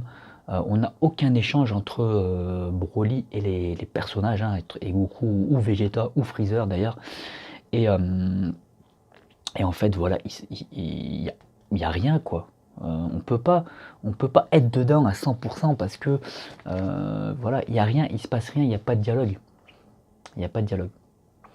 Faut savoir que le Broly de 93, oui, il parlait pas beaucoup, mais quand il t'envoyait une punchline, voilà, tu commences à trembler quoi. Alors que lui, bah, il parle pas, il fait que crier. Et bah franchement, c'est pas très intéressant. Donc moi, dans le combat, ça m'a gêné. Voilà, on dirait un Mongol quoi, on dirait un Mongolien. Et franchement, aucun attache pour ce personnage à ce moment-là. Et on n'est pas inquiet aussi pour nos héros non plus. En fait, on est inquiet de rien. On sent pas de tension. Donc, ce qui est magique un peu dans les combats de Dragon Ball, c'est que justement, surtout dans l'animé là, on a quelque chose qui se passe. Il y a toujours, en fait, il y a un rythme, si vous voulez. Il y a un rythme. Il y a des personnages, ils combattent. Il y a des grands moments d'action. Et puis après, ils parlent, ils dialoguent. Ils se clashent un peu, et puis on a aussi les musiques qui font que, un petit peu à la manière d'un western, ça met l'ambiance, et puis après ça repart. On a une espèce de rythme génial qui se passe dans l'animé, même si parfois c'est un peu long. Mais là, voilà, ça va à 100%. Broly, il parle, ils n'arrêtent pas de se taper. Et au niveau du rythme, bah, on a l'impression que les curseurs sont à fond, mais que c'est mal branlé, quoi. Ça fonctionne pas très bien selon moi. Donc voilà, à ce niveau-là, ça m'a dérangé. Et d'ailleurs, on a Goku qui essaie un moment dans le film, c'est marrant parce qu'il essaie de raisonner Broly. À un moment, il lui dit: oh mec, je sais que t'es un bon gars, qu'est-ce que tu fais? On sait même pas pourquoi on se tape, mec. Voilà. Et Broly fait quoi? Il se met à crier, ça n'a aucun sens, et il continue de combattre, alors que, en plus, son père ne peut même plus le manipuler avec sa télécommande, puisqu'elle est détruite. Donc, en fait, on sait même pas pourquoi il se bat, finalement, il y a même pas de prétexte, en fait, puisque Broly, en plus, il est gentil. Donc, voilà. Donc par rapport à ça, ce que je disais, en fait, aussi un truc qui m'a vraiment dérangé, mais ça m'a saoulé niveau sonore, c'est qu'en fait, Broly n'arrête pas de crier. Pendant 40 minutes de combat, il n'arrête pas de crier. À aucun moment il parle, mais il fait que crier. Et franchement, au bout d'un moment, ça m'a gonflé. Je veux bien que le mec il soit énervé, voilà. Mais voilà, c'était juste chiant. Donc je sais pas si le pauvre doubleur japonais qui a fait ça, le mec il a été directement à l'hôpital, le mec il nous a fait une crise d'épilepsie à force de crier. Franchement, en tout cas moi il m'a cassé les oreilles, donc j'imagine même pas comment il a dû galérer pour faire ses doublages. Franchement c'est relou. Donc voilà, ça c'était loupé quoi. Et ça participe au fait qu'il parle pas et qu'il arrête pas de gueuler, donc franchement c'était chiant. Donc voilà. Ensuite on a un point qui m'a dérangé aussi, c'est oui, donc vous savez, Freezer, donc comme je l'ai expliqué, ce petit coquin de Freezer tue Paragus, voilà, avec son rayon de la mort, et juste après, on ridiculise encore Freezer, voilà, ça fait pas très rire. Qu'est-ce qu'il fait? Pourquoi? Qu'est-ce qu'il fait Freezer? En fait, il fait une espèce de comédie, hein. Ah, regarde, il est mort Paragus, ah, tu as vu, ah, c'est pas... Franchement, ça c'était ridicule. Cette manière encore de ridiculiser ce personnage pour faire rire, eh ben, ça m'a encore dérangé. Voilà, et ça m'a pas fait rire. Et j'ai trouvé que c'était hors de propos, encore une fois. Et donc encore un truc qui est maladroit et qui fonctionne pas. Donc ça m'a saoulé aussi. Donc je l'avais noté sur mes petites feuilles. Et bah, bien sûr. Donc voilà. Ensuite, qu'est-ce qu'on a de beau qui ne m'a pas plu? Sachant qu'en plus, ah oui, par rapport à ça, surtout, et ce que je disais un petit peu avant, on a Freezer qui tue le père de Broly. Il dit, donc Freezer dit, Broly, regarde, ton père est mort. Et qu'est-ce qu'il fait Broly? Il pourrait dire, attends mec, tu me prends pour un con, attends, je suis en train de me battre avec Goku Vegeta, là, je sais que c'est toi, que tu me prends pour un guignol. Enfin, je veux dire, ça serait logique qu'il pense ça. Et Broly fait quoi? Il recommence à crier et il continue de combattre avec les mêmes personnages. Donc ça n'avait aucun sens, c'est complètement pourri. Zéro impact aussi à la mort de Paragus. On n'est pas triste pour Broly, on n'en a rien à foutre, il n'y a aucune musique forte. Il se passe rien, c'est le calme plat. Donc complètement loupé, cette scène. Ensuite, vis-à-vis des choses qui m'ont dérangé, les musiques. Alors dans tout le film, les musiques sont nulles.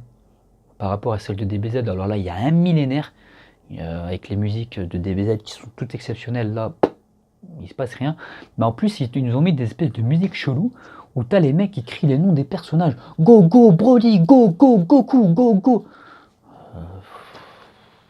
Comme si on ne connaissait pas leur nom, tu sais. Non franchement ça c'est du mauvais goût là, c'est vraiment loupé pour le coup.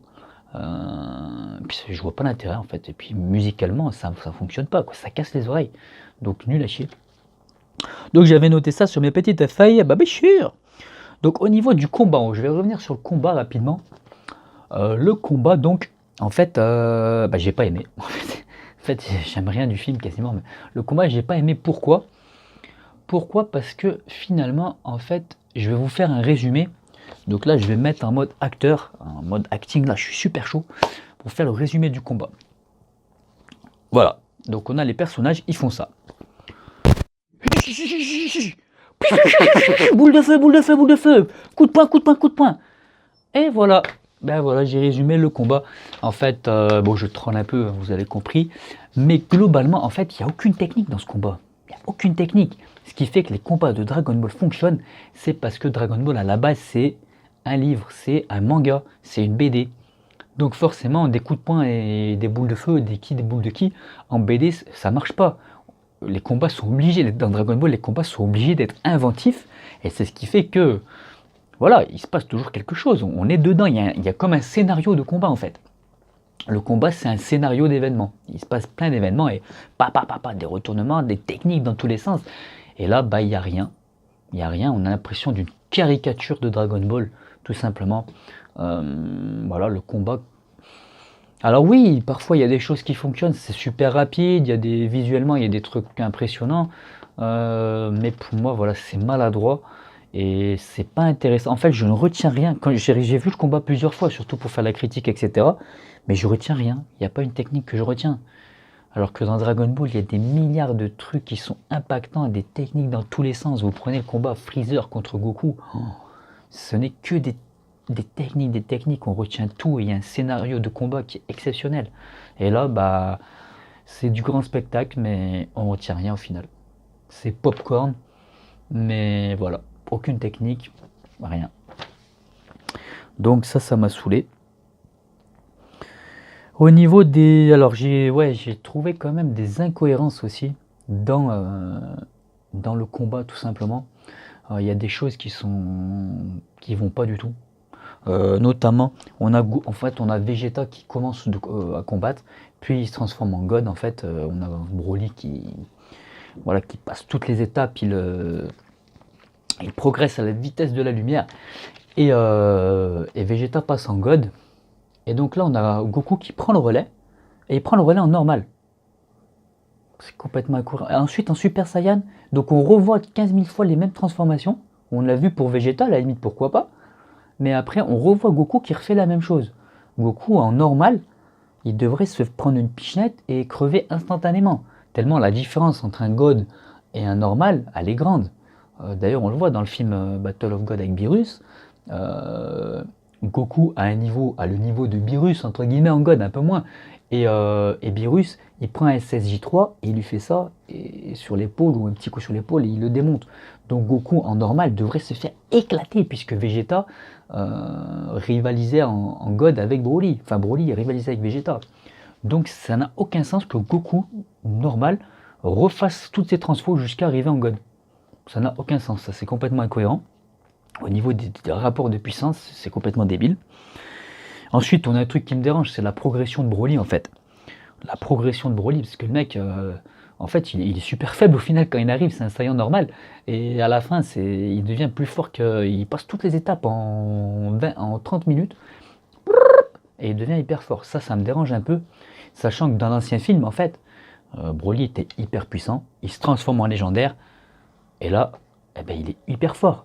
Et là, on est inquiet pour les personnages. On se dit, mais comment ils vont faire pour vaincre ce colosse, ce titan? Voilà, d'un coup, la barre est là, il se transforme en légendaire, la barre est là, et nos personnages galèrent, ils essaient de se rapprocher, voilà. On est inquiet pour les personnages. Là, on a Vegeta qui passe en God, Broly qui suit, tac, tac, tac, tac, tac. On n'est jamais inquiet, en fait. On a cette espèce de jeu et cette progression de Broly qui est franchement abusé. J'aurais préféré dès le départ qu'il soit hyper fort et que ça soit quasiment impossible de le battre, comme dans le film de 93. Tandis que là, il progresse. Non, la progression est trop fulgurante. Voilà. Selon moi, c'est mon avis. Après, c'est un détail, mais bon, voilà. Suite à cela, donc ça fait quand même pas mal d'incohérences. J'ai aussi une incohérence avec le fait que tout simplement Freezer, en fait c'est quand Broly est en Super Saiyan, il rivalise avec Goku Blue et Vegeta Blue en même temps. Donc les deux se battent contre Broly et ils n'y arrivent pas. Donc à la limite, pourquoi pas. Mais du coup alors, il y a Freezer qui est là juste après et il combat pendant plus d'1 heure contre le Broly. Et lui, il y arrive tranquillement. Il y arrive. Donc ça veut dire quoi? Ça veut dire que on a au niveau des rapports de puissance, en fait, Freezer, c'est le plus puissant de l'univers. Il est plus puissant que Goku et Vegeta Blue. Puisqu'il combat plus d'1 heure. Alors eux, ils tiennent quelques secondes, les deux. Et lui, il tient plus d'1 heure parce que Gogeta a le temps de se transformer en maigre, de louper sa transformation, de se transformer en gros et de revenir. Donc, ça dure 30 minutes entre chaque transformation de Gogeta. Donc ça veut dire quoi? Ça veut dire que Freezer, il tient plus d'1 heure en Golden Freezer, alors que les deux Saiyans Vegeta et Goku en Blue, ils tiennent quelques secondes contre Broly. Donc ça veut dire que logiquement, Freezer est plus fort que les deux à la fois. Donc, alors qu'on sait que non, ce n'est pas le cas. Donc rapport de puissance encore complètement loupé. Ça n'a aucun sens, tout simplement. Donc dites-moi dans les commentaires si vous trouvez que c'est cohérent ce que je dis, mais après voilà, hein, c'est mon analyse. Suite à ça, on a aussi Gogeta. Voilà, Gogeta, on nous fait la blague. C'est bon, on l'a déjà vu, la blague Gogeta qui se transforme en maigre, il loupe sa transformation, il se transforme en gros, nanana, on l'a déjà vu 50 fois. Et c'est bon, on nous la remet là. Pff, franchement, ça fait plus rire. Enfin, moi, ça m'a pas fait rigoler, j'ai juste trouvé ça lourd et que ça alourdissait le truc. Et en plus, ça crée une incohérence avec le fait que Freezer tienne plus d'1 heure. Donc, ça ne servait à rien. Surtout que d'ailleurs, dans le film Fusion, où on a Gogeta, voilà, ils ont compris que c'était lourd et ils se transforment une fois en gros et ils ne nous l'ont pas mis en maigre après. Voilà, ils ont compris que c'était relou. Donc voilà, petit détail, mais bon, ça ajouter, ça fait beaucoup encore une fois. Ensuite, j'ai un moment à dire sur voilà, sur le combat. Il y a beaucoup de, ça se voit qu'il y a beaucoup de choses qui sont faites par ordinateur, hein, en CGI, des effets d'animation, etc. Alors parfois c'est impressionnant visuellement, mais je trouve que ça perd de son charme quand même comparé à ce qu'on avait avant. C'est pas de l'animation pure à la main, on voit que c'est triché presque, hein. On a aussi des trucs too much, notamment là, on a Broly, son aura, quand il se transforme en Super Saiyan, il a une espèce d'aura verte stratosphérique, t'as envie de dire, c'est trop, voilà, c'est too much, c'est fait par ordinateur, ça semble être, voilà, c'est trop, ça veut en mettre plein la vue visuellement, mais pour moi ça marche pas. Voilà, après au niveau des dessins, globalement, donc ça c'est sur l'entièreté du film, en fait on a deux styles de dessin un petit peu. On a le dessin qu'on voyait dans les thrillers, très très minimaliste, assez mignon. Il y en a qui aiment, qui détestent, moi je suis un peu indifférent, je m'en fous en fait. Et par contre au niveau du combat, dès que le combat débute, on a le style DBZ, avec Vegeta, tac, les effets, tac, tac, tac. Ça c'est magnifique. Et donc on a ces deux styles de dessin qui se tirent un peu la bourre. Pourquoi ne pas avoir fait quelque chose d'uniforme? Pourquoi ne pas avoir fait que du DBZ dans le style? Moi ça m'a fait kiffer de voir un peu du dessin à la style DBZ, mais j'aurais aimé que ça soit tout le film. Donc voilà, deux styles de dessin. Pourquoi pas? C'est pas choquant hein, quand on passe de l'un à l'autre, mais on le voit qu'il y a visuellement il y a quelque chose qui change. Donc voilà. Ensuite, coup de gueule aussi au niveau du combat en fait. Bon, mais ça c'est dans tout Dragon Ball Super, c'est qu'en fait il n'y a pas d'impact sur les personnages. C'est-à-dire ils se battent à la vie à la mort, hein, ils mettent des patates qui pourraient détruire des planètes. Et les mecs, il n'y a aucun. Ils saignent pas, il n'y a limite pas d'égratignure. Il n'y a aucun impact, du coup on n'est pas impacté par la souffrance des personnages, voilà. Et donc voilà, ça c'est de la censure, hein. On sait que c'est pour les gamins. Voir une goutte de sang, apparemment ça choque tous les gamins du Japon, voilà, alors qu'avant il n'y avait pas de souci. Donc voilà, censure, moi quand j'entends censure, ça me met à bout de nerfs. Et pour voilà, le fait qu'il voilà, c'est pas impactant. On les voit qui se démontent la gueule, ils s'envoient des trucs de ouf dans la tête. Et les mecs, ils sont un petit peu. Ils ont le haut déchiré, mais ils ont pas de sang, il se passe rien. Moi, la censure, je peux pas accorder ça. Voilà, ça fonctionne pas. Surtout que c'est très impactant dans Dragon Ball Z, justement, quand on a un Gohan qui saigne contre Cell qui s'est fait torturer et il se transforme en SSJ2. Voilà, ça donne énormément d'impact quand on a dans le film TV spécial, quand on a un Bardock qui est tout ensanglanté là, qui revient sur sa planète, il est titubant. Voilà, on est impacté, on a envie de soutenir ce personnage. Voilà. Donc voilà les Super Saiyans. Je vais conclure rapidement donc cette vidéo qui est déjà très très longue, hein. Je ne pensais pas qu'elle serait aussi longue. Tout simplement en vous disant, vous l'aurez compris, je ne vais pas refaire mon argumentaire. Donc ce film a trop de défauts, il n'est pas intéressant, il fait tout en moins bien, il est même, voilà, c'est même de la trahison sur beaucoup de points par rapport aux origines de Goku, etc. On nous raconte l'histoire de Superman, pas de Goku. Enfin voilà, même le combat final qui est censé être l'apothéose, c'est moyen, ça n'a pas le charme d'avant, les musiques sont nazes, il y a de la censure, il y a trop de trucs kawaii. Enfin voilà, ça va pas du tout. Je vous refais pas l'argumentaire. Tout ça pour dire, voilà, je vais conclure en disant que ce film, surtout ne le partagez pas, n'en parlez pas, ça vaut rien, c'est nul. Il faut vraiment qu'il se remette en question, que ce soit Akira Toriyama d'ailleurs, soi-disant l'auteur du film, ou Toei Animation, ça va pas du tout, faut tout refaire. Et voilà, ça sera ma conclusion, ça sera que ce film, finalement, c'est une caricature de Dragon Ball. Vraiment, quelqu'un qui n'aime pas Dragon Ball, il vous dirait, voilà, voilà Dragon Ball, c'est des mecs qui se transforment, leurs cheveux changent de couleur et ils s'envoient des boules de feu. Et ben là, c'est ça ce film. Ça ne raconte rien, il n'y a aucun impact, ça n'a aucun intérêt, aucun sens. C'est du popcorn qui ne sert à rien. Et donc voilà, j'espère que la vidéo vous aura plu, qu'elle vous aura peut-être fait changer d'avis. Je l'espère. N'hésitez pas à en parler autour de vous, à la partager à ceux qui ont éventuellement aimé le film, pour leur faire comprendre à la limite que ça soit un plaisir coupable pour eux. Et donc voilà, nous on a très peu d'abonnés, on doit avoir une vingtaine d'abonnés, on débute, hein, la vidéo sera pas parfaite, certainement trop longue, etc. Moi j'ai pas forcément une allocution exceptionnelle, mais ça va s'améliorer. Donc voilà, j'espère que ça vous aura plu. N'hésitez pas à vous abonner, à laisser un pouce, à partager la vidéo car on en a vraiment besoin. Si elle vous a plu, elle m'a demandé beaucoup de travail. Donc voilà les Super Saiyans, je vous dis à très bientôt pour une prochaine vidéo. Et surtout, à la prochaine!